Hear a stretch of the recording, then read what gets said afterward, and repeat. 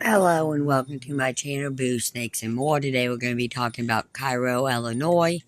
So please like this video and subscribe to the channel for more videos like this. Also watch my other half channel, A&A Snakes and Stuff.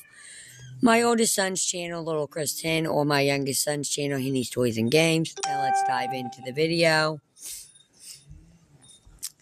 Cairo sometimes is the southernmost city in Illinois and the county seat of Alexander County.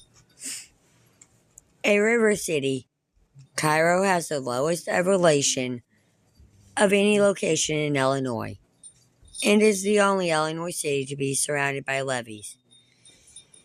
It is in the river-crossed area of southern Illinois, known as Little Egypt, for which the city is named after, Egypt's capital on the Nile. The city is coterminous with Cairo Precinct.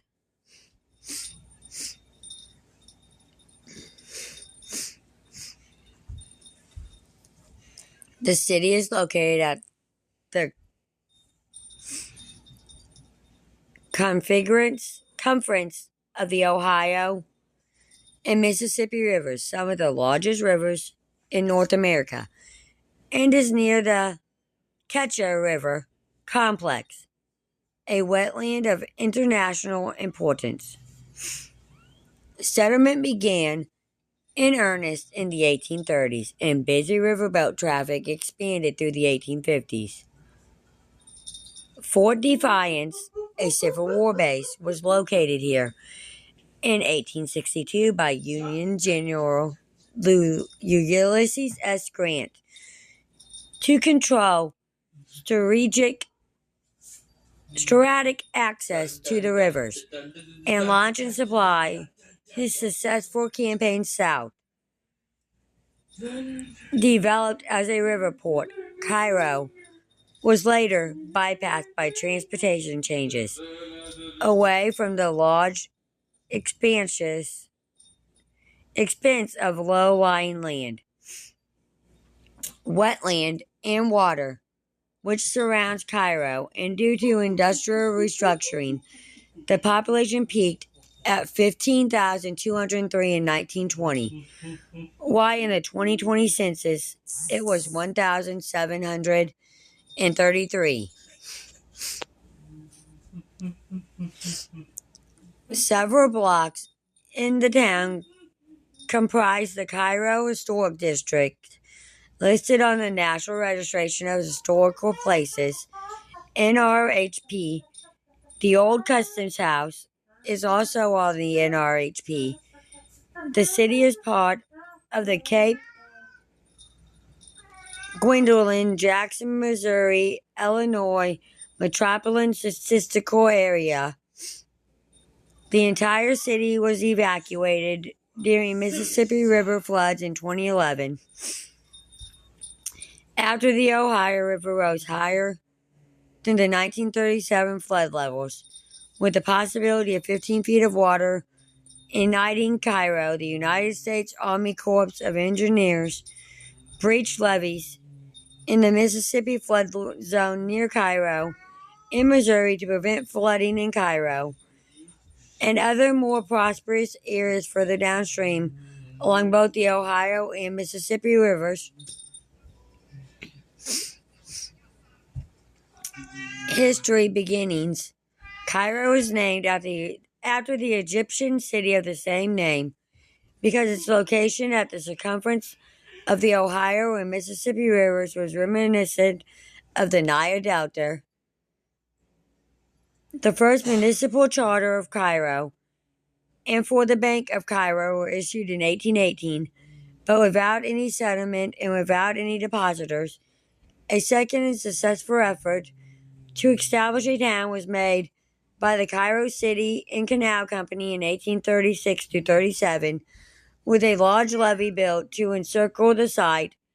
However, this effort collapsed in 1840, with few settlers remaining.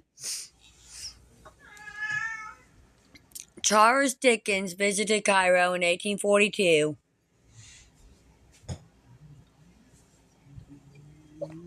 and was unimpressed.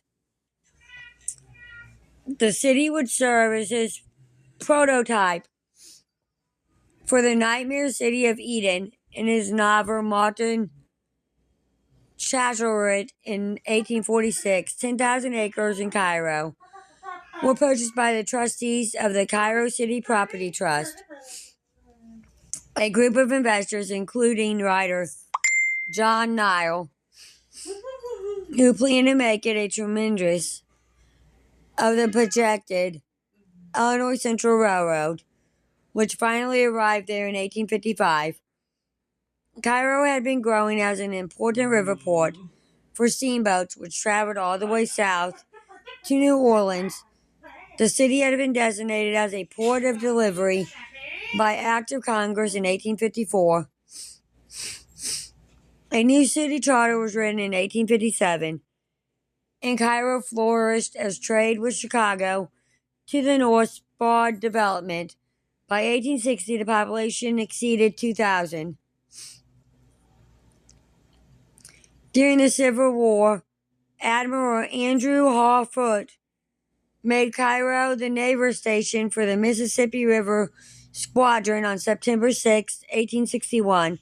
Since Cairo had no land available for base facilities, the Navy Yard Repair Shop machinery was afloat aboard wharf boats, old steamers, tugs, flatboats, and rafts. In January 1862, General Ulysses S. Grant occupied the city and had fortifications constructed to protect the conference. Cairo became an important Union supply base and training center for the remainder of the war. Military occupation caused much of the city's trade to be diverted by railroad to Chicago. Cairo failed to regain this important trade after the war, as more railroads converged on Chicago, and it developed at a rapid pace, attracting stockyards, meat processing, and heavy industries. Instead, agriculture, lumber, and sawmills now dominated the Cairo economy. Post-war prosperity. The strategic importance of Cairo's geographical location during the Civil War sparked prosperity in the town. Several banks were founded during the war years, and the growth in banking and steamboat traffic continued after the war. In 1869, construction began on the United States Custom House and Post Office, which was designed by Alfred B. Marlett, the supervising architect. The Custom House was completed in 1872. It served as a Custom House, Post Office, and United States Court. The U.S. District Court of the Southern District of Illinois met at the building until 1905.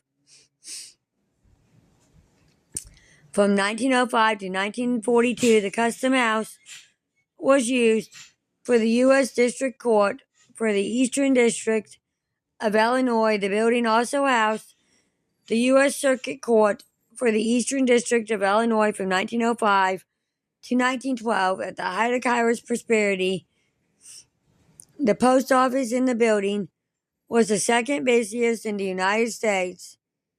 It is one of only 7 of Marlett's Victorian structures remaining in the nation, and the building has been converted for use as a museum. It is listed on the National Register of Historical Places. After the Civil War became a hub for railroad shipping in the region, which added to its economy. By 1900, several railroad lines branched from Cairo. In addition to shipping and railroads, a major industry in Cairo was the operation of ferries. Into the late 19th century, nearly 250,000 railroad cars could be ferried across the river in as little as 6 months. Vehicles were also ferried, as there were no automobile bridges in the area in the early 20th century. The ferry industry created numerous jobs in Cairo to handle large amounts of cargo and numerous passengers through the city. Wealthy merchants and shippers built numerous fine mansions in the 19th and early 20th century. including the International Magnolia Manor, completed in 1872, and the Second Empire River Lower Mansion, built by Captain William B. Halliday in 1865, across the street from the Customs House. The Cairo Public Library was constructed in 1883 of Queen Anne style architecture, finished with stained glass windows and Oriental woodwork. The library was dedicated on July 19, 1844, as the A.B. Stanford Memorial Library.